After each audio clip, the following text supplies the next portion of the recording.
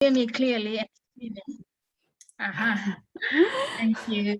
So good afternoon, everyone in Eastern and Southern Africa region, and good morning to our colleagues connecting from other time zones. A very warm welcome to the Eastern and Southern Africa Regional Care Reform Learning Platform. My name is Mona Aika, and I'm a child protection specialist in UNICEF Eastern and Southern Africa Regional Office.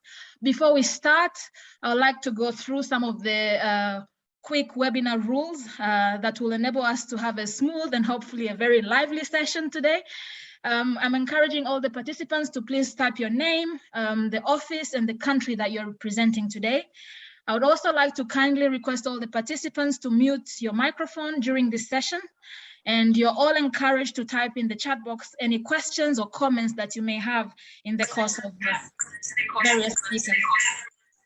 So let us start by muting our microphones, please, if you're not speaking.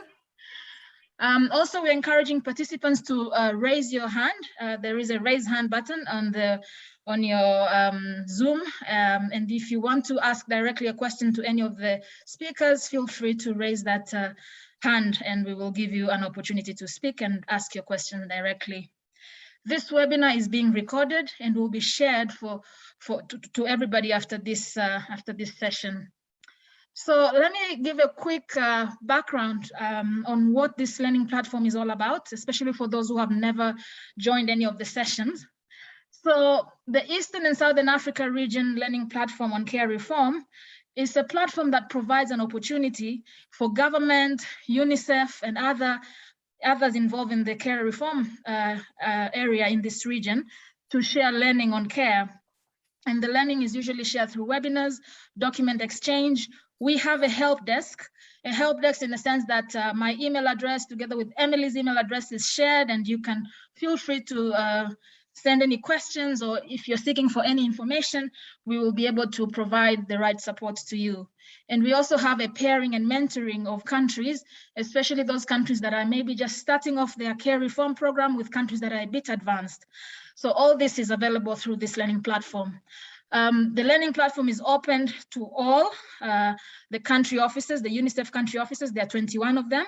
And we also like to ensure that all involved in care reform have that opportunity to share experiences, to ask questions, and to even present some of the promising practices that are available in their respective countries. We also are documenting, and we have available documentation on foster care, on care reform and child protection systems, and children on the move and care. So all this will be available and will be shared with you once finalized for your reference. Just also a quick background, this learning platform is usually led by various professionals in this region, and also at times we invite other professionals from outside the region to share good practices and experience. The platform is led by UNICEF Regional Office in partnership with Changing the Way We Care, which is a multi-country project that aims to reduce countries' reliance on residential care and family support.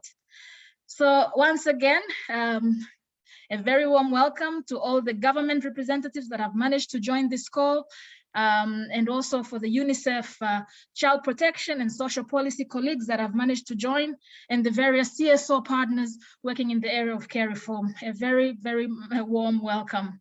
For those members or participants that could not join this call, as I mentioned earlier, we will share the recording. And this recording you will be able to play and also share with your respective partners who are not part of this call. We usually have this session in the morning, but given the various speakers today from different time zones, that's why we've put it at 3:30 Nairobi time. So do bear with us, but we'll resume back to the morning sessions in future. This particular session is on social protection and care. Our Chief of Child Protection based in South Africa, Micah, usually chairs this meeting, this session. However, she is not available today, and she sent her apology, and we'll have Emily to chair this session on Micah's behalf. So over to you, Micah. Oh, to you, Emily. Thanks so much. Thanks so much, Mona. My name's Emily Delap, and I'm a Senior Associate at Child Frontiers. and we're a consultancy firm that's been supporting the development of the regional learning platform. This is the third in a series of 3 webinars on the linkages between social protection and family strengthening and children's care. If you see in the chat box, you can see a link to our YouTube channel where you can find the recordings of the previous webinars, which are very interesting, particularly the one on South Africa and the cash flush care model that they're using there. We're very happy today to be able to share learning from 2 projects in Uganda, which were part of the Aspire's Family Care Project, which looked at how economic strengthening interventions can help children to remain in families rather than being separated and placed into residential care, live on the streets, or needing to migrate for work. And the Aspire's Family Care Project was funded by USAID, and it was managed by FHI 360. And the projects in Uganda were the Family Resilience Project, which was known as the FARE Project, which was led by the AVSI Foundation in collaboration with ReTrack and in association with some local NGO partners. And the Economic Strengthening to Keep and Reintegrate Children in Family Care Project, which was known as ESFAM, which was implemented by Child Fund. And both of these projects offered a combination of household economic strengthening and livelihood support with case management and other forms of social supports to, as I said, try and ensure that children could remain in families. I think there's some really fantastic and valuable learning from these projects, which hopefully can be applied more widely across the region. So we have a panel of 4 to share the learning today. I'm going to ask them to turn on their videos if possible and to introduce themselves. I might start with Lisa, who's already got her video on. Do you want to just introduce yourself, Lisa, and explain who you are and where you're from? Sure. My name is Lisa Lauman. I was working with FHI 360 on this project as the technical advisor for child protection, care, and support. Yeah, so I was the main coordinator for the project. Thanks. Fantastic. Thanks, Lisa. Emily, are you there? Here. Yeah. Hello, everyone. Good afternoon. Good morning and welcome. My name is Emily Naney. I'm coming to you from FHI 360's headquarters area in North Carolina in the US. And I was the social behavioral scientist on the project, so hoping to try to generate as much learning and evidence as we could from these projects. Fantastic. Walter, did you want to introduce yourself? Okay, thank you. I'm Walter Kello. I work for Child Fund International as a male advisor. For this particular project, that time I was the country office male specialist and providing technical support in terms of M&E to ESFAM project particularly. Thank you. Thank you so much. And last but not least, Magdalene, do you want to introduce yourself? Hi, everyone. Magdalene Dagire is my name. I work for AVS Foundation. I implemented the Family Resilience Project in Uganda. For this particular project, I was the project manager. Fantastic. Thank you so much. So, Emily, do you want to just put the slides up? And I think we're starting with, are we starting with ESFAM or FARE? I can't remember. Okay. So Magdalene and Walter are just going to, well, okay, we're going to start with the FARE project. I'm just going to briefly provide an overview of both of the projects to explain some of the activities and what was done in the projects. Then we'll go on to look at lessons learned and kind of findings from the project. So please go ahead.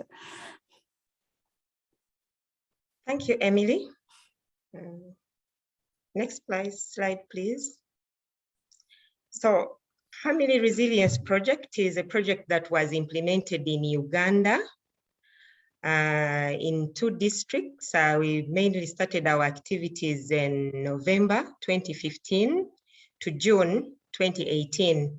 But due to the long processes of startup leading to the actual implementation, because it was a research project, direct activities with the project participants started late in September 2016 up to March 2018. Although official closure of the activity, the project processes were completed in June 2018. The project targeted had 2 target populations. We had 2 target populations. We looked at families that were at risk of separation. These were commonly referred to as prevention families, and we worked with 350 families. And the other category that we worked with were the families where children had already separated with the families. We called them reintegration families. For this particular category, we worked with the 255 families, but essentially we had 268 children that we worked with, meaning that in some families, we had situations where more than one child had left the family. So we had like 2 children for the same family. Overall, the project supported 281 children to remain in family care.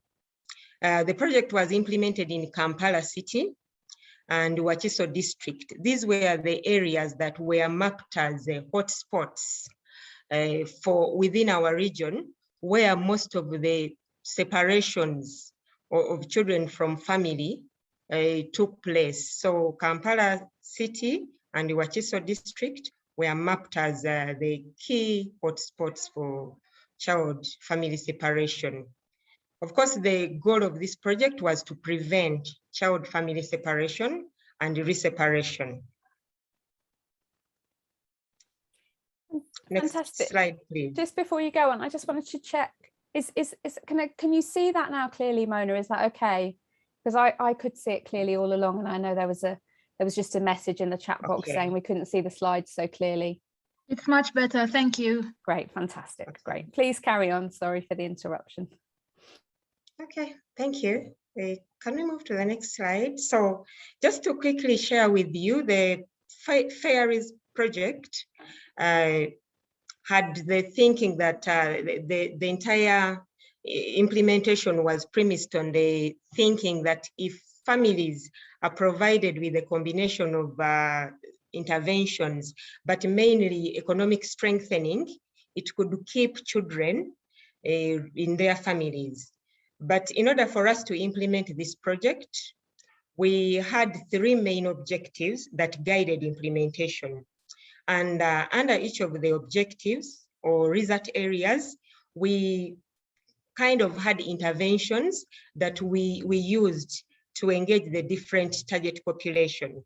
Our first result area was on quality appropriate case management.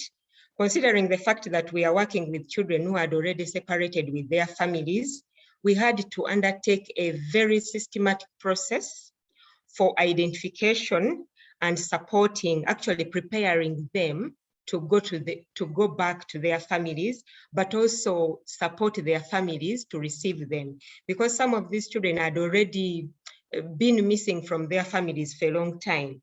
So under the quality appropriate case management, which mainly focused on children who had separated with their families already, we had a menu of activities that we did conduct to be able to work with these children and families.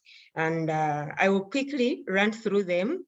We had street outreaches because these children were already outside of family care. So we would reach them. We had our partners use different approaches like street outreaches where children would be reached out to come to places where they could be engaged to support, prepare to return home. Once they reached the facilities, for example, RETRAC had 3 residential care facilities for these children. They would be supported to develop child care plans of looking at what they want to be supported through to be able to go home. Then these children would be provided with basic needs because they literally needed all basic needs if they were to remain at the centers to be taken care of through that process. Then a number of them were very young and they had missed out on education. So they would be interested to participate in some learning. So we had some specialized people to engage them in some catch-up education. for them to get back to life, to normal life slowly. Then the life skills sessions would also be provided for those to start helping them to reflect on their lives. Life skills sessions are used by AVC, basically to help young people make prudent decisions regarding what they want to do with their life. So life skills would also be provided at the centers. Then a number of them came up with a lot of psychosocial issues. For example, those who had run away from home, those who had been traumatized at the streets, they would be engaged and they would be provided with psychosocial support to be able to regain and recover from whichever mental or emotional challenges they had. Then the road to tracing their families would begin. So the social workers, we had a team of social workers placed at the different facilities that would start looking for the families of these children, as long as children had consented and they were willing to go back home.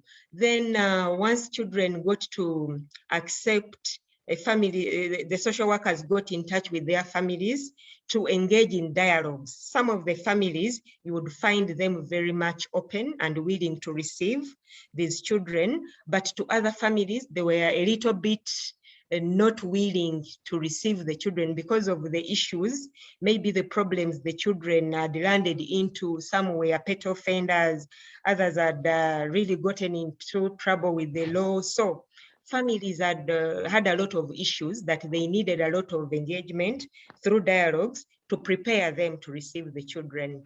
Then the follow-up visits continued because one dialogue or a session would not be enough based on which issues were found prevalent at the household where the child is going to be reunited. Then as caseworkers, we had household development plans. These plans enabled us to track the commitments on the side of the family, on the side of us as the caseworkers, but also on the side, on the part of the child, once the child had been reunited with the family. So briefly, that's what I can say about what we transpired around quality appropriate case management. Then for all the families that we engaged, whether prevention or at-risk families or integration families, they were provided with different interventions still. And under the second result area, we had the targeted families. We were supposed to extend economic support or economic strengthening interventions to build the capacity of families to take care of these children, because for most of these children, they were running away from home, and most of the pointers were either pointing to a weak family system to take care of the needs or the other issues around their well-being. So for this project, we supported 80 families with a cash transfer. These were extremely, by the way, when we looked at the at-risk families, they were extremely vulnerable families that couldn't afford a lot of essential needs for children. So a cash consumption support was provided to stabilize their needs upon reunification of these children. And then for these families that were at risk of separation, we also provided some consumption support to stabilize their needs to be able to get into other economic activities. We also introduced the village savings and loans associations to enable these people save and start up some income generating activities later. So most of the people actually started joining the savings group, although we saw that most of the at-risk families were the ones who were able to join these savings groups because they stayed within the same hotspots where separation was happening. And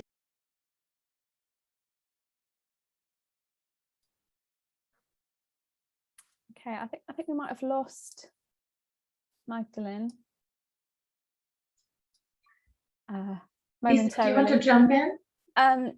Yeah, I think we've maybe come quite close to the end of what she was presenting anyway. But Lisa, did you want to add anything based on the slides that are the slide that's there? Sure. Thank you.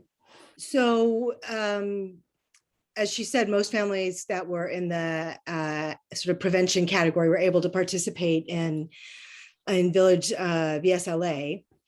They also received, especially families that had caste transfers, received some training in selection, planning, and management of enterprises, which is a training that is fairly common, and we used the model that AVSI had been using in a previous project. Some youth were able to participate in apprenticeships. And then there were a group of families that were very difficult to reach with economic strengthening interventions. And for those, in the very latter part of the project, AVSI introduced a community skills training component of the project, so that to help them get ready to start some very small productive enterprises if they wanted. I see that. Magdalene, are you back? Yes, please. All right, I'll hand back over to you. I think we're, okay. Yes. I think we're ready just to talk about the family support. Yes, the third result area. Hello? Yeah. Yes, yeah. Yes, sorry about that. So no problem. Go ahead, Magdalene. Yes, so for the second result area, I think I was concluding, we provided other support in terms of business skilling to make sure that if these people were saving and they were making some money, they are also able to make some good investment plans. So we provided the selection, planning, and management enterprises so that these people are able to identify the investment opportunities and be able to handle their funds well to be able to sustain their family needs. Then we had a number of youth who were being prepared to go back home, but also youth or young people that were living in families and were about to leave home that were supported to go and get some skills. They were provided with some skills in apprenticeship to be able to engage in gainful economic activities that is not risky. And for the parents, we provided some community skills to be able to widen their income source. And for the third and last result area, it was mainly focused on strengthening and building the parenting skills so that the parents are able to take good care of their children.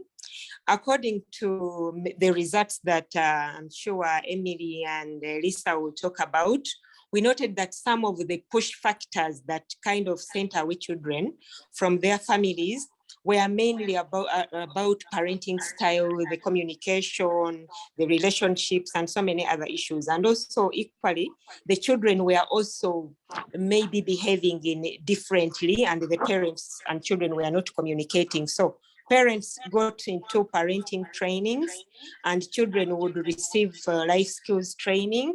We would continue to have community dialogues and outreaches in the communities, in the hotspots where the problem was prevalent, and referrals, because once we came across these children, they needed a lot of the essential services that we couldn't all meet. So we worked with quite a number of partners in the area of protection, in the area of health, to try to meet the needs of these children and families that we are working with. Then the psychosocial needs, these ones went to both the parents and the children. All of them at one point were in need of psychosocial support. Parents were stressed because they couldn't meet the needs, but also children at the same time were stressed. So quite a number of interventions were happening at the same time, and we continued to do home visiting to these families to make sure that these children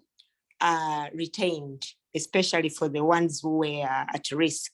And then once we had reunified the children, we could also continue visiting to see if these children are still in family care. So briefly, that's what I can say about the menu of activities. Thanks. thank you so much. I think we're going to move on now to Walter and the description of the ESFAM project. So please go ahead, Walter. If you can keep your presentation down to about 10 minutes, that would be brilliant, just so we have enough time for questions. Thank you so much. Okay, fine. I'll try to stick to the 10 minutes. Thank you so much. Thank you. Yeah, so this is ESFAM, but just a background to ESFAM is that ESFAM was a kind of a complementary project to already existing project that was being implemented by Child Fund, and that was the Dovco project. So pretty much from participants' identification and other approaches were really built up on what Dovco project was implemented. So the name ESFAM, that's where it came from. You could see highlighted a different color. Now, as you could be knowing, the project was funded by DCOF, USAID's DCOF. The project timeline was equally the same with FARE, November 2015 up to June 2018. But the actual implementation timeline was actually December, a bit some 1 year delays in the project timelines. And the implementation timeline ended in March 2018. So the 3 months was really a bit of evaluation and report writing on that. Now the target participants for this project, the key population targeted by this project was families that were at risk of separation with children.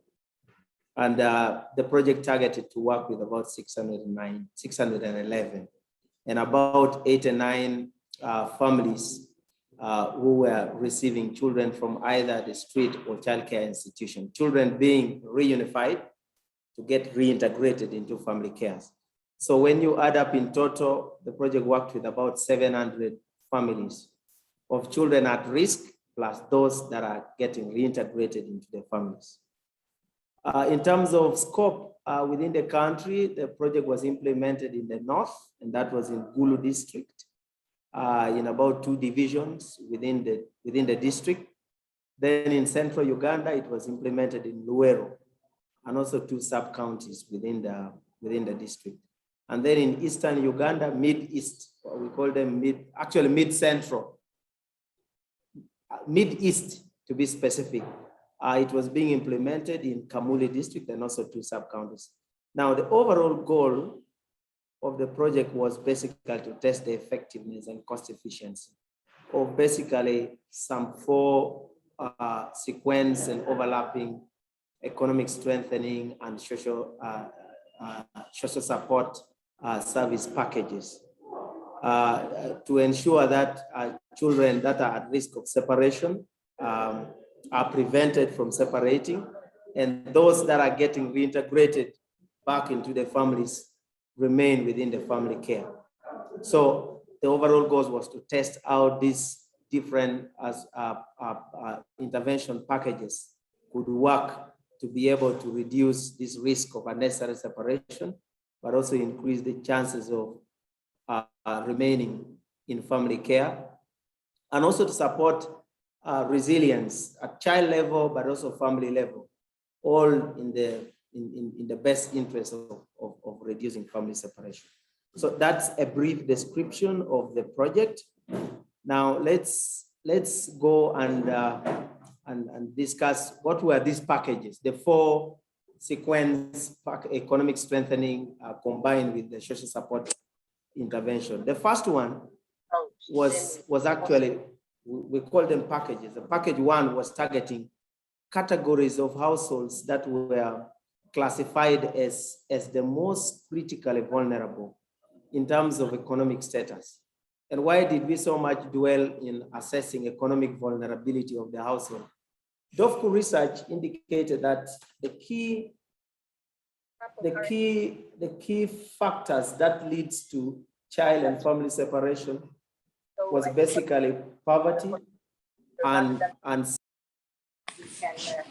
we can provide cash assistance and they can buy whatever they, can you try and mute the microphone? Yeah, I'm just trying to, sorry. Okay, that's great. Okay. Sorry, Walter, do continue, sorry. It's okay. So I was just basically saying, so the project pretty much dwelled on focusing on economic vulnerability, because the Dovco research that was conducted in 12 districts in Uganda indicated that the key drivers to child-family separation was basically poverty and children seeking for education or seeking for support from the different childcare institutions that will sponsor them to study. So in this sense, we basically focus on assessing household economic status, but also access to basic needs. So we basically focus on that to be able to assess household economic vulnerability. And we classify the household in that different, based on their different levels of economic vulnerability.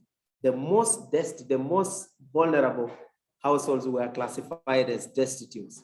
And those ones were being targeted with specific packages of intervention. The first intervention was basically financial literacy. That was targeting the destitute household. The purpose of financial literacy, and then the cash transfer, they were providing cash transfer, later organized into VSLA groups to begin undertaking VSLA activities, to begin to save money. And then later on, they were provided business skills training, including individualized home-based business skills coaching. And that, in this order, that was the sequence of the implementation of those different key activities. The main purpose of this sequence activity was basically to stabilize consumption in the destitute households so that they are able to contain the pressure that can lead to separation with the families, so that the household member now could concentrate in improving their economic status through the VSLA activities and begin to undertake some small little investment that will improve their economic status. So that was package one. Package two targeted the next categories of household that was next to the most critically vulnerable.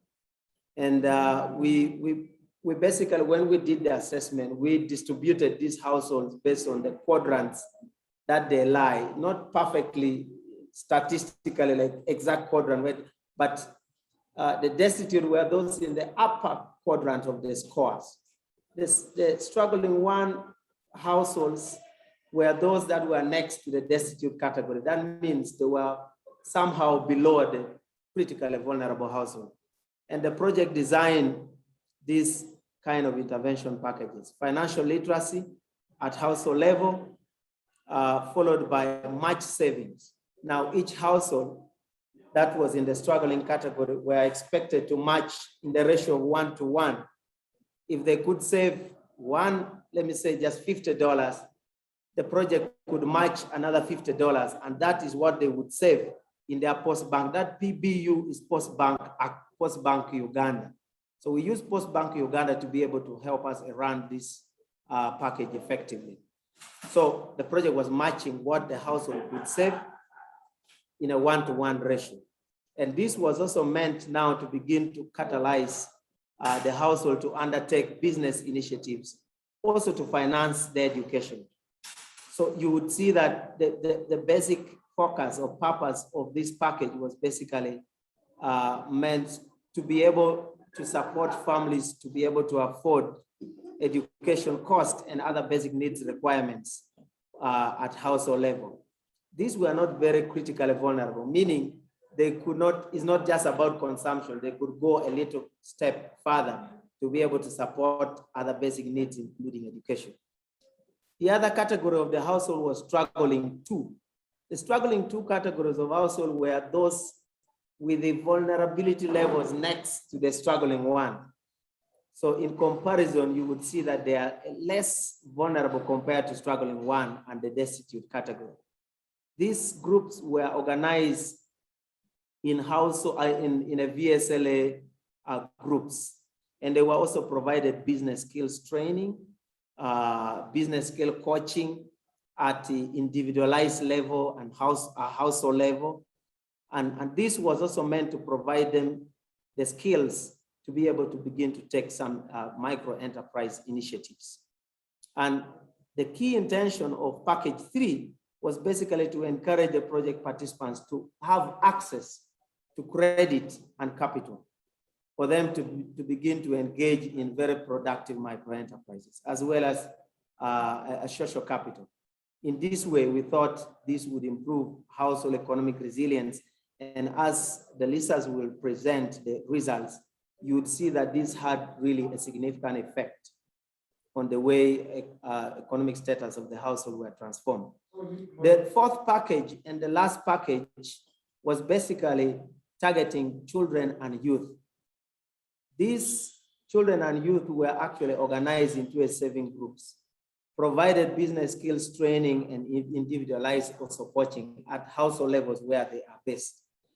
And that package was basically meant to begin to give these children a takeoff, introduce them to saving culture, but also good money management culture.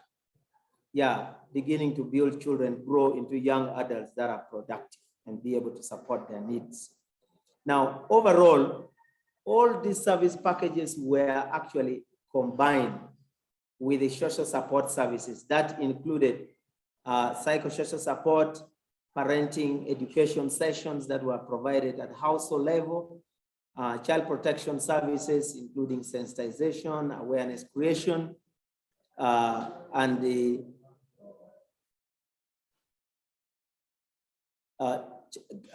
parenting education, child protection, and other social support linkages to services that the project is probably we're not providing, including referrals. And then particularly for the reintegrating households, for households that were receiving children being resettled or being reunified with their families, those households were provided some kits.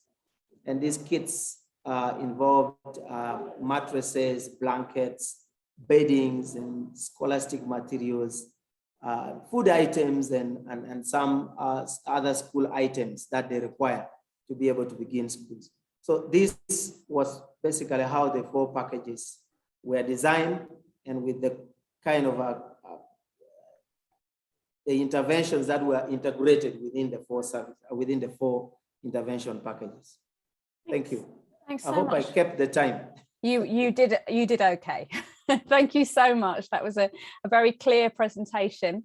I'm just going to ask Emily and Lisa now to talk us through some of the findings from the project, what was actually learnt, and also some of the key lessons that have come out of these projects. So over to you. Great, thanks, Emily. I'm going to give high level because obviously, as you've heard, there was a lot going on in these programs. And so the disclaimer from the start is that we can't tease out attribution of specific outcomes to specific activities. One of the beauties is that things were tailored very much to where households were, but that also meant that there was no way to randomize households to what they were receiving and to be super systematic in a way that we could compare and attribute things to specific activities. So that said, if we look at the primary outcome, which was separation of children, you can see here, at the end of the projects, we were looking at whether a child had left the household in the previous 6 months for a quote unquote bad reason, meaning not to go to school with a family member somewhere else. And you can see that there were reductions in the at-risk households, in FARE, and within the reintegrating households. We also saw that in the ESFAM at-risk households, and weren't able to really measure that because of the way that the households were reallocated for reunification within ESFAM. So this gives us an idea. This is really what we wanted to know or what we wanted to get at, but difficult to know, at that most, the farthest level of the primary outcome, what we were seeing. So, Walter and Magdalene both talked about the idea of, trying to reduce the drivers of separation, and economic situation being one of those. So if we look at some of those secondary indicators of household well-being that might affect separation, we saw that across at-risk households, there was reduced economic vulnerability on a number of measures, and also an improvement in the types of well-being indicators that were non-economic. And we saw the greatest improvements among households that had received cash transfers. And so, or that had cash transfers plus the savings groups participation. And I'll come back to that in a moment in the ways that that cash was used to benefit children. On the reintegrating side, we saw similar reduced economic vulnerability, improved well-being indicators, but there was a lot more variability, and there's no sort of clean story about one particular economic strengthening intervention showing better or more. And part of that is just that we had fewer families in those, and they were divided more both geographically and across types of activities. So also, trends moving in the right direction, but harder to summarize that situation. When we talk to caregivers about how these economic activities, economic strengthening activities had benefited children in particular, most noted that both cash transfers, match savings funds, and savings group funds were typically spent on child-focused types of expenses. So school fees, scholastic materials, food, medical care for the children. And then the other types of financial literacy and business skills training had indirect effects on children, mostly through caregivers' ability to budget, to think about budgeting, and increase caregiver motivation to prioritize education, and then also increasing income through improved businesses or new businesses that were a result of some of that. And then finally, this works less well, and I don't have it in slide view, but this is essentially one woman's quote saying how her participation has affected her. And I pull this out just to show that how related the economic and the social well-being components are tied together. So she's talking about receiving a cash transfer and all of the ways that it helped her. And you can see all of the different types of well-being and economic indicators that she hits on in her 4 sentences that she's talking about here, from reducing stress for her and her children to improving their shelter situation, her ability to pay for that shelter and for food, and then down at the bottom there, getting to the caregiver child attachment. And so really, trying to tease out one or another specific activity, this is part of the challenge, is that they are so interwoven, and part of the reason why the life skills, parenting skills, case management were so important in addition to the economic strengthening. So I'll leave it there for now. I'll let Lisa say a little bit about some lessons learned. So we learned a lot about this project, and it also left us with a lot of additional questions, of course, but here are some of the things that I think we learned very broadly from them. With consumption support, which refers to cash transfers, match savings accounts, and even to some extent the reunification packages, but really those recurrent things, but they need to be of sufficient size and duration, and that they had positive psychological effects. I think that's no surprise to all of you, but it was something that we thought was confirmed in the research that we did. We also were really struck by what we were hearing about families' education needs. And this we were hearing from, both through the research and also through the midterm assessments and the conversations that we had with staff, that it's really important, as we think about supporting these families, to take into account the entire set of the costs that go along with that. We heard a lot about, the challenges and problems of children not being able to attend school regularly and the effect that that has on their education achievement and outcomes, but also on shame and embarrassment and the lack of desire to continue schooling. We thought those factors were also, interesting to look into further. With respect to the child-focused nature of household economic strengthening, both the literature and our project experience suggest that families really need to be aware that the goal of economic strengthening support for these kinds of projects is improving children's well-being and keeping them in family care. But there's a sense that families need to understand that this is not just about growing your income, it's about what you do with that income and what happens with your children in the longer term. I think also, we are all learning through all of the work that's being done in this area and as well in these 2 projects that we really need to continue thinking about the social service workforce. It needs to be appropriately sized and skilled and resourced. These two projects took very different approaches. In FARE, they really relied on employed, trained social work support staff, and found that they had a challenge having enough of them, retaining them, and they beefed them up late in the latter part of the project with some community support people. The ESFAM project took a different approach. It relied on, it had 2 social workers, I think, and a supervisory person. And then it was all community-based social workers who were stipended. And they experienced a lot of turnover, kind of competition between projects, because this project really required a lot of the community social support people. So that's something I think that needs to be, kind of teased out further, and it's something that I think you're probably experiencing in your work to the extent that you're doing this. And then in terms of the reintegration programming, as Emily noted before, there's just a lot of variability in that. Both projects found that they couldn't control, they thought they knew where children were from and going to be reunified to their families in which locations. That wasn't always the case. In many cases, these families moved. And they were also not always interested in participating in the project. They were not in general as poor as the families that had been identified as at risk. And so there's a lot I think for us to continue to learn there about how to support these kinds of families. And then just moving along. So here you see, I pulled out some information from one of the boxes in the report, in the guidance document that was the product of this, one of the products of this project, which is called Meeting the Costs of Family Care. There's a QR code there if you have a camera that can pick that up, and it'll take you directly to where that report is located. But these are generally kind of good practice findings that we derive both from these projects and from the literature in general. So we would just encourage you to have a look at those and see how useful you find that. And then finally, there is a QR code here that can take you to the page of the Better Care Network website that has all of the project documents for the Aspires Family Care Project.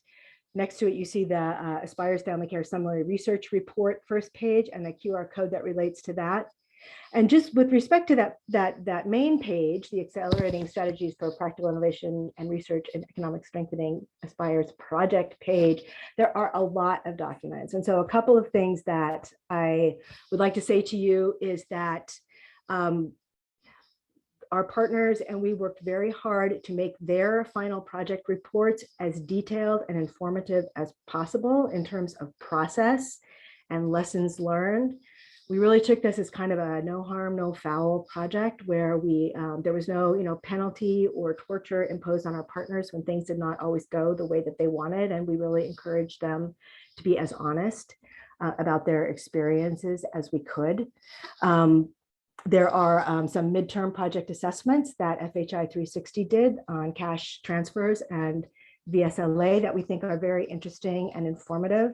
And tell us, the VSLA report tells us some interesting things about how very, very, very poor families were using the whole loan process to do things like provide short-term financial support for their children's education until they could accumulate the resources that they needed.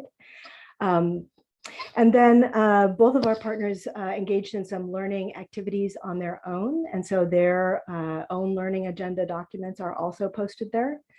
And then one final document that I wanted to mention that I just realized was not posted is that the ESFAM project developed a coaching manual for its community support staff.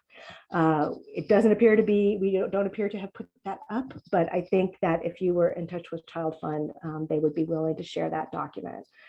So it has some guidance for community-based social support staff on supporting families on the family strengthening component, but also with an emphasis on supporting them with respect to family economy. And I think that's all from me, and back over to the next people. Thanks so much, Lisa. That's great. Just to say, hopefully you can all see, I've also been putting some links up in the chat box as well, which also takes you to the Better Care Network page that will provides an overview of all the documents. I was looking at it this morning and there are a lot of resources there. So what we'll also try and do is to put the summary research report in the Google Drive folder that we have for this webinar, which I've also shared the links for in the chat box. Oh, so, and one more thing. Sure, go ahead. AVSI did a very interesting video towards the end of the project. I think Magdalene could probably share a link to it. I think you have to sort of follow through the AVSI path to find it, but it's very interesting. I will follow up on that as well and make sure all of those links are in the Google Drive folder as well. And if you just scroll up in the chat box, you can all see that where that folder is. Okay, Emily, perhaps you could just stop sharing the screen momentarily. Yeah, that's brilliant. So what we were going to do now is to really ask all of the participants if they have any questions. And while you're waiting to formulate your questions, I have a couple more questions myself for Child Fund and AVSI, for Walter and Magdalene in particular.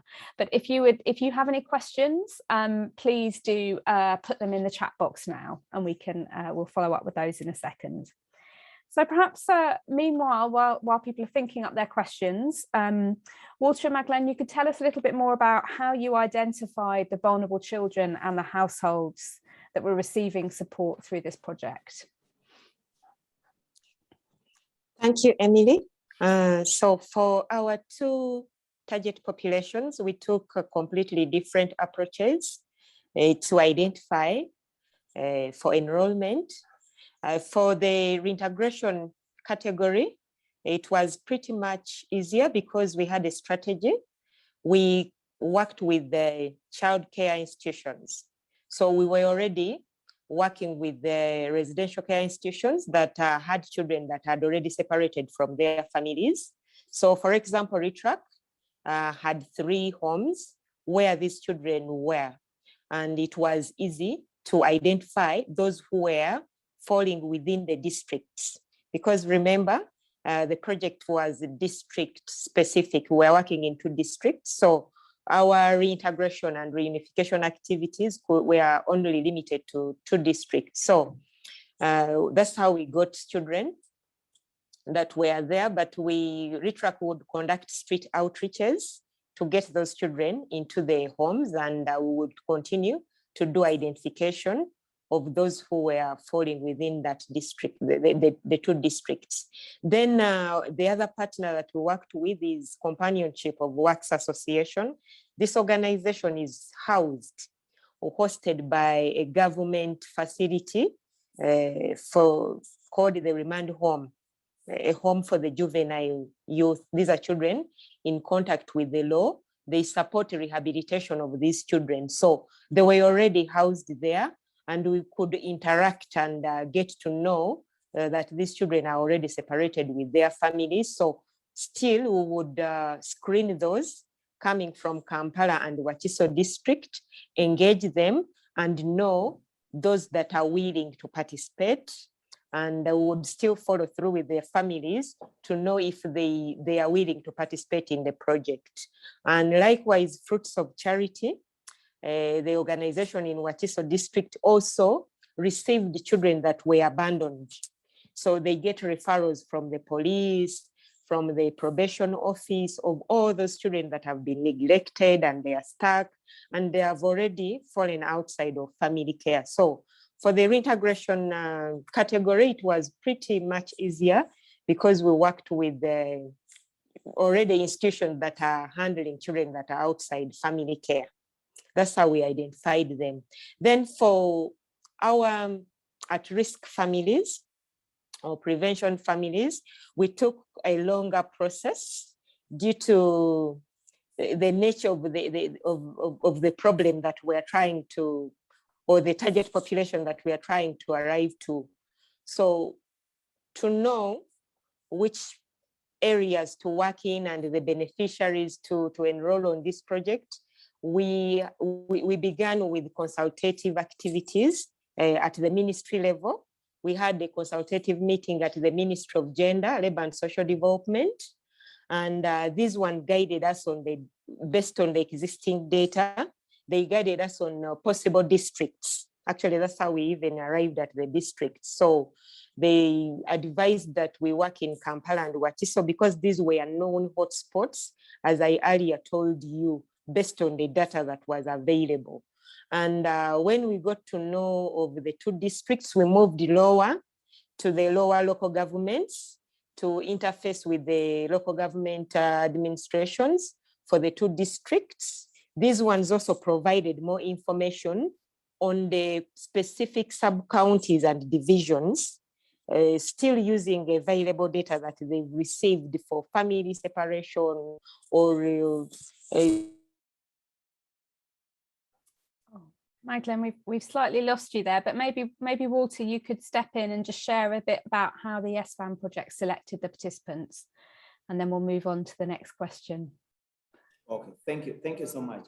As I indicated earlier, ESFAM was the build-up on Dovco, and the Dovco process, the Dovco project process was a bit very, I would say, laborious and using primary process.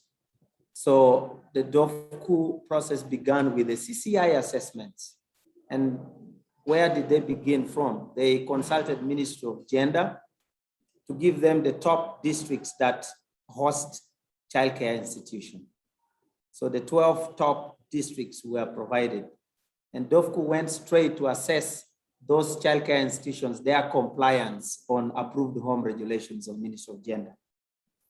But they also assess each and every child in those 114, about 114 childcare institutions, every child in those 147 CCIs to understand which district. Sorry. Sorry, again, I'd lost my network. It's fine. We're just hearing from Walter a little bit, and then we'll move on to the next question. Thank you. Go ahead, Walter, please. Okay. So what happened is, assess children, and assessing children was just to understand the main reasons for their separation that resulted them into the CCI, but also to understand what is their district of origin, sub-county, parishes, and locations of origin. So we assessed all that detail. That then led the project into specific sub-counties, specific districts, and top supplying districts to childcare institutions. That's where we ended up with the 3 districts of ESFAM project. Within those districts, we also, based on that CCI data, to select the particular sub-counties and parishes that would participate in the project.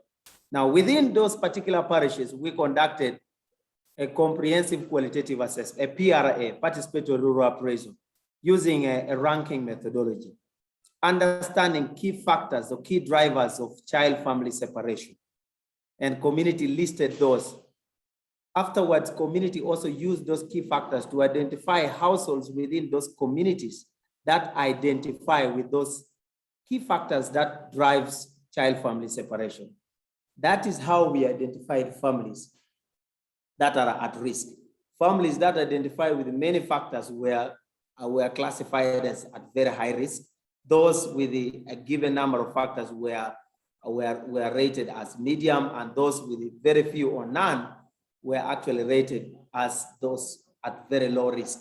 So the project considered medium and high risk category based on the PRA participatory ranking to assess them using a family status vulnerability index tool. So on assessing the families, we now based on economic indicators to be able to classify households into those destitute, struggling one, struggling two.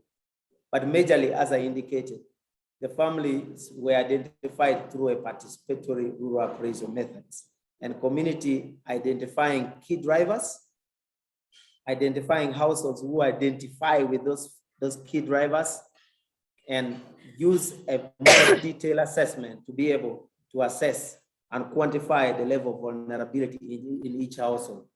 Later on, we use such a detailed tool to now put the 3 key categories that I've been talking about. So that's how we identified households at risk.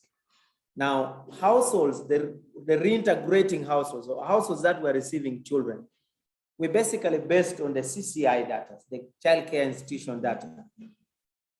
And what we did is that we asked CCIs the number of children who were reintegrated within a span of not exceeding 6 months from the time, about 6 months, if I recall well, from the time of the project start. And those are the list of children who are already either in the process of reintegration or they're already reintegrated, but should be within a given short time. Those are the list of children that were taken up by ESFAM project and provided those packages. But they were also subjected to the same kind of assessment that we gave to the families that were at risk at separation, so that at the end of the day, we are able to create a level comparative analysis of their vulnerability level, whether being reintegrating or families at risk. And later on, we really targeted them with those intervention packages that I highlighted before. That's how we identified the different families and children that the project worked with. Thank you. Thank you so much, Walter. We're starting to get some really interesting questions in from the participants. So Mona's asked here, she says, I would like to know more about the role of government played in the two projects, as the ultimate goal of UNICEF's interventions and everybody's interventions ultimately is to ensure ownership by government and long-term sustainability. So perhaps you could reflect on that. I don't know whether Walter and Madeleine or even Emily or Lisa have anything to say on either on that issue. Anyone leap in? I think Walter and Magdalene could probably best interest that. I think one thing to highlight is that both projects, in terms of their vulnerability assessment process, were building off of information that is part of Uganda's vulnerability assessment system. So to that extent, there's a connection with government requirements. I think my perception was that we did not interact a great deal at the national level with government, although they were invited to participate in various things, but that at the district level, the relevant staff were fairly involved in monitoring the projects and also helping to facilitate certain activities. That's interesting. So you had a bit more of an entry point at the district level. Walter and Madeleine, did you have anything to add on that? Yes, in addition, we continue to interact with the districts. As I told you, they guided on which areas where to work. So, and they continued being part of the implementation. For example, in that process leading to taking the child home, we were working with the probation officers. They conducted the family dialogues. They followed up on the difficult cases. So we continued working with them all through. Then as we continued implementing our economic strengthening activities, we were working to formalize some of these groups to support them linked to existing government programs. So the local governments supported us to prepare them and have them registered so that they could participate. So we continued working with the government and the local governments. And then for the police, we kept on working with the police regularly, because most of the cases we are dealing with, most of them were protection cases. So we kept on working with the police throughout the project. Thank you. Basically, that's what I could add. Thank you. Thank you so much. And Walter, did you have something to add on that as well? No, not really. Not really. Okay. Not really. Great, fantastic. Okay. I'm just going to go through some of the other questions. Could you share how the CCIs, that's the childcare institutions, got involved in the whole process?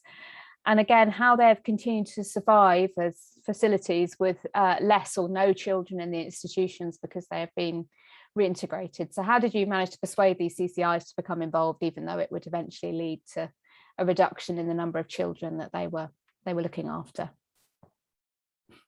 Okay, I think I can begin and the rest can, go ahead. Yeah, so I think as we all indicated, the involvement of ministry right from the onset is that we are also trying to respond to the care reform policies within the different countries. I mean, within Uganda for that matter. So there was, I think government took active part in popularizing the existing policy, especially the approved home regulations that indicates clearly that the best place that a child can live is basically in a family care, if not a typical biological care, under biological care.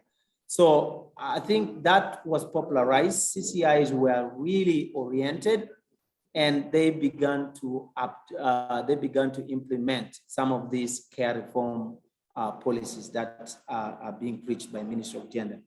So there was no much friction in the beginning. It was, but I think they began embracing the whole policy, and there was really total cooperation in the end.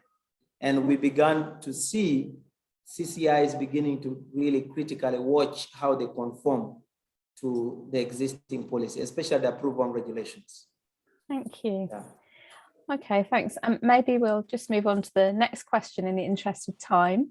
So the next question is about the social service workforce, and if you have any suggestions regarding the ratio of professional versus paraprofessional social workers. So I know you both use community volunteers and professional social workers. What would you suggest would be the minimum recommended ratio between the two based on your experience? I don't know, Walter, Magdalene, which one of you would like to start on that one? Magdalene, do you want to go? Yes, thank you so much, Emily. I think this is really an issue that we noted as we implemented. But when you look at this issue, you wouldn't really just be quick to decide on the ratio. It also is informed on the kind of issue or challenge that you are working on. Yeah, when we looked at the amount of work and effort that we put on preparing reintegration beneficiaries compared to the at-risk families, we noted that the reintegration families and children required a lot of work. So you needed to have a very light number per social worker for effective follow-up. So that is something that we considered. And then when you look at the at-risk families, yeah, most of the activities happen within a setting where maybe a single social worker is able to respond and support quite a considerable families. So we noted that for reintegration families, for effective support and follow-up to make sure that these families are supported, you wouldn't recommend a caseload of more than 30 children per caseworker. Of course, it has a lot of cost implication. And also these families are quite spread because these children come from all possible locations. So we would really advise a lighter caseload for integration households compared to the prevention or at-risk households, basically. Thank you, Magdalene. I think that's a common finding, isn't it, that reintegration requires a really lot of resources, so it's much better to prevent the separation in the first place. Walter, did you have anything you wanted to add on that? Really not much, but I think what the little I could share is that working with the community-based groups like parasocial workers and the community economic strengthening facilitator were a bit fine. The team you require to run a full case management process is really huge. And there's no way you're going to effectively work with the community-based community-based groups or individuals without some little incentives, which even if we want to really use that as a sustainable means, it still has some cost implications. So I think it is something. Meanwhile, it was really community-based and somebody would think it's free at no cost. There was still some cost to be able to ensure that the teams work effectively. Well, but overall, compared to hiring specialized social workers, it was at a reduced cost compared to hiring a fully specialized social worker. Okay, thank you. That's really helpful. So this question relates back to the earlier question that Mona asked around the kind of long-term sustainability and in government involvement in the project. It says, apart from the economic strategies put in place, how has the project ensured sustainability of results and impacts before the lifespan of the project? So I guess this relates back to, you know, what happened at the end of the project, what happened afterwards, what have you done subsequently, and are you seeing any of the changes lasting longer term? Because I know that some of these projects finished a few years ago now, so it'd be very interesting to hear what happened next. Walter, do you want to go first on this one? Magdalene can go first. Okay, but thank you so much. Regarding what has happened and basically what has been happening since on issues around sustainability, in terms of how we worked with the partners who were already working within this particular area and spaces, yeah. For example, one of our partners, Retrack, still works in Kampala district, and the surround actually works in the entire country, doing this very work of supporting drawing children from the streets and supporting reunification. And what they are picking from this project is that they learned so much in terms of how they are doing things compared to what they used to do before.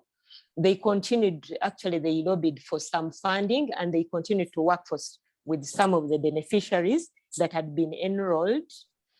Some of the beneficiaries were linked to existing government programs. We had Operation Wealth Creation that came in and was very much interested in seeing how the identification of the most vulnerable was being done, because they were kind of interested, because they do support Ugandan population, but they had not gotten a clear criteria of getting to the most vulnerable. So they've been collaborating with Retrack to extend and also try to learn how to reach the most vulnerable population. Retrack within their area have continued to establish a strong community gatekeeping force that could try to monitor issues that affect children so that they are reported quickly and there is quick response to prevent family-child separation. So a lot of work has continued within that area. Then if I'm looking at Kowa Remand Home, there is a lot of lessons that they picked from what we did. For example, the skilling of children, even when they are still within that system or the remand home, we introduced the life skills. They continue to deliver life skills, which wasn't the case before. Children would be locked into the remand home and they would be taken to the courts of law to be heard, and nothing would really happen around rehabilitation and thinking about that these children will go back to their families. So all these processes are happening now in the remand home.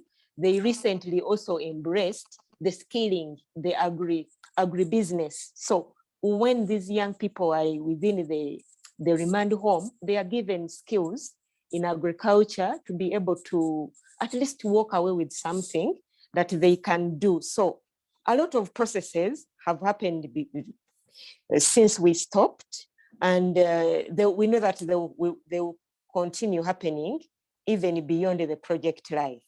But most importantly, what was very, very important as a lesson, even at AVC level, is the identification of the most vulnerable. The criteria we took was so systematic. It has been replicated in so many other projects. We just modify, but it helps us to identify the most vulnerable populations when we are implementing, we are planning activity implementation in different areas. So basically that's what I can add on that. Yes. Walter, did you want to add anything on that? Yeah, just addition of things that maybe Magdalene has not highlighted. Talking of the mechanism of ESFAM implementation, using the community-based volunteers, the parasocial workers. These are community-based structures that are embedded within the government structures. And so it's all intended that if government really take it up, then parasocial workers would be able to effectively continue to do the work they were doing. Economic strengthening facilitators in our government settings are extension workers. So the thinking is that if this really people take their role, then there is continuity. There is registration of the VSLA. The VSLAs that ESFAM worked with are all registered with the government, and they are linked to the different support services that exist within the government service delivery programs. But there is also an aspect of people who have started the struggling households that open bank accounts. They are really households that have continued to save money and not just for the March savings account. And we are beginning to see, access to credit grow in the communities that we are working with. This weekend, I was with a particular destitute household under ESFAM project.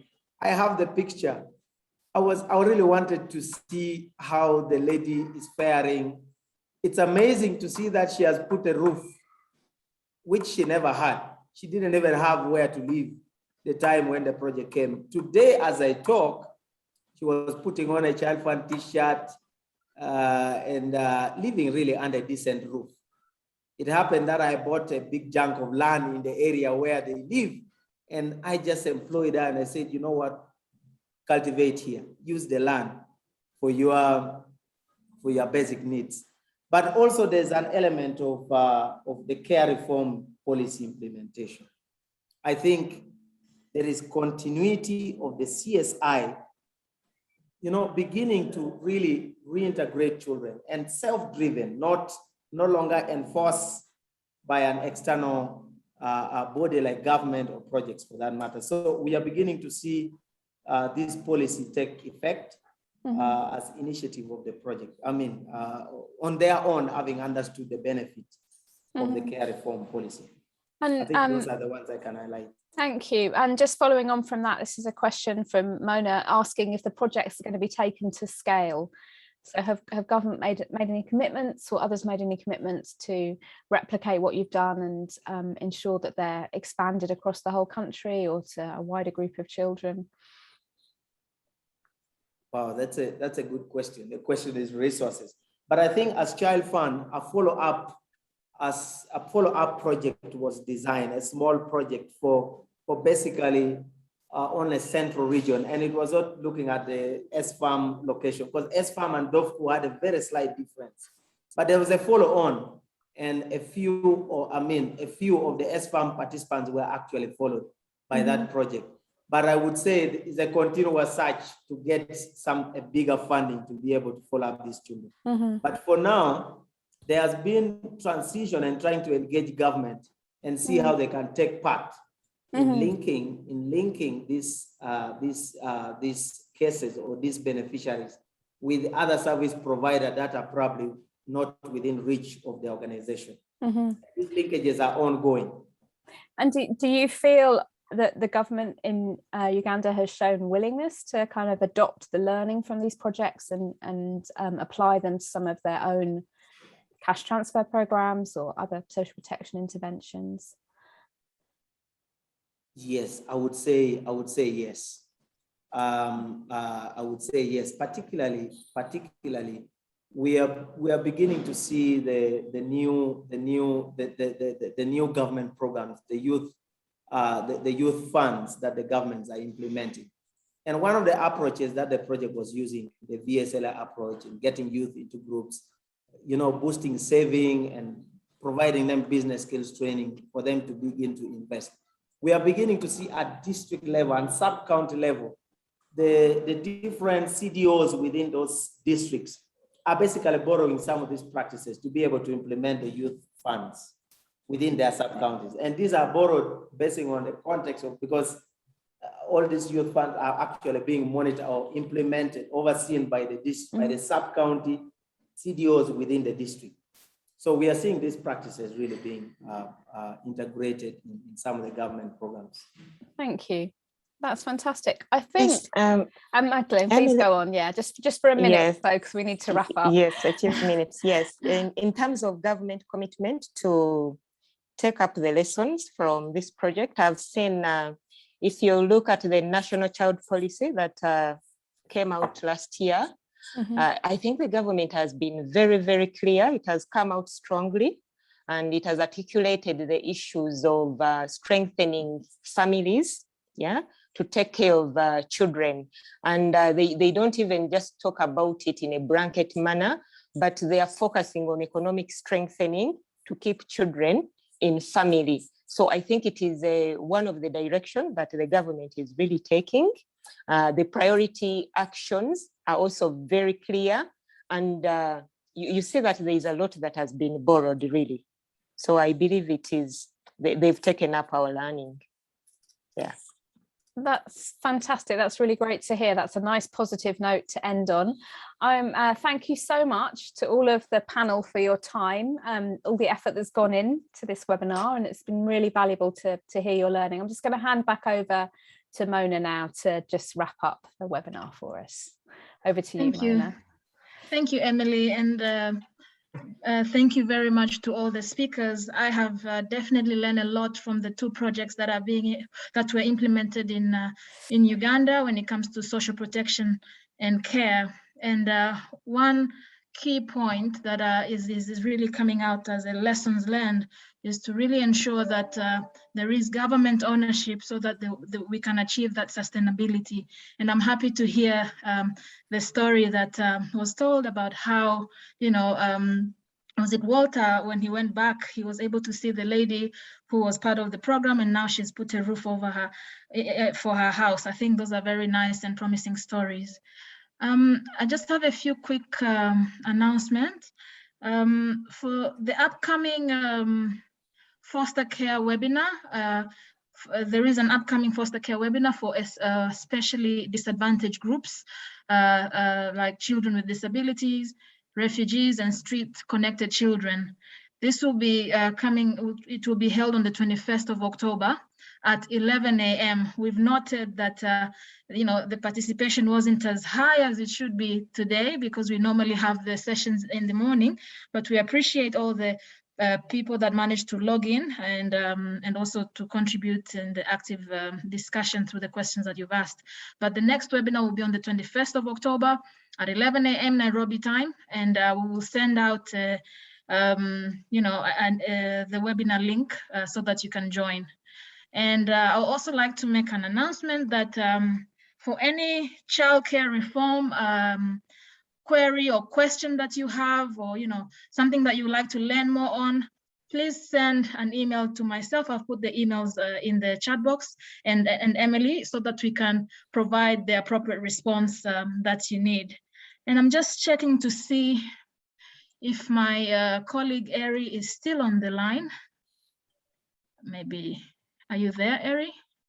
No, but some good news from our end. This learning platform was initially to run up to December of this year, but we have received a confirmation that we'll receive some funding from USAID, DCOF, to help us to, extend the coverage of this learning platform to next year. So those are very good news.